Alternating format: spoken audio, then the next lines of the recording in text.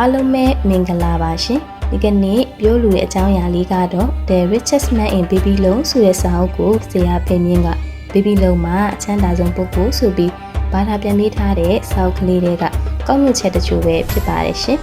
ဒီစာအုပ်ထဲမှာအဓိကအချက်ဖြစ်တဲ့ငွေကြေးစီမံခန့်ခွဲမှုရှာဖွေစုဆောင်းခြင်းရင်းနှီးမြှုပ်နှံခြင်းနည်းပညာနဲ့ပတ်သက်ပြီးစိတ်ဝင်စားစရာကောင်းတဲ့တွေးစရာလေးများကိုပြောဆိုသွားမှာဖြစ်ပါတယ်ရှင်လူတိုင်းပုံစံမျိုးစုံနီလန်မျိုးစုံကိုအသုံးချပြီးငွေရှာနေကြတာပဲမလားဒါပေမဲ့တယောက်နဲ့တယောက်ငွေကြေးရှာဖွေတဲ့ပုံစံကွဲပြားတယ်လို့အောင်မြင်ခြင်းနဲ့ရှုံးနိမ့်ခြင်းဆိုတာရှိလာပါတယ်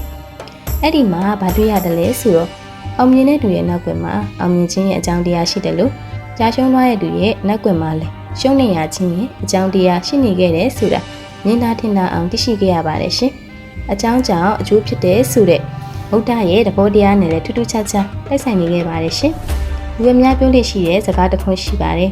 လူတရားကအဆင်ပြေတာတွေ့ရင်ဒီလူကံကောင်းလိုက်တာလို့ပြောလို့ရှိကြပါတယ်အမှန်ကနောက်ွယ်မှာကံကောင်းစေတဲ့အကြောင်းတရားတွေရှိနေတတ်တာကိုတတိမပြုမိဖြစ်နေခဲ့တာပါကံကိုကောင်းအောင်လုပ်နိုင်တာလူဖြစ်တယ်လို့ကံကောင်းစေတဲ့နီလန်းတွေရှိနေတာကိုလည်းတတိထားမိစေပါတယ်မိမိလုံးကအချမ်းသာဆုံးပုဂ္ဂိုလ်ရဲ့အဓိကဇက်ကောင်အာခတ်ဟာဒီတဘောတရားတွေနဲ့ထပ်တူကြနေပါတယ်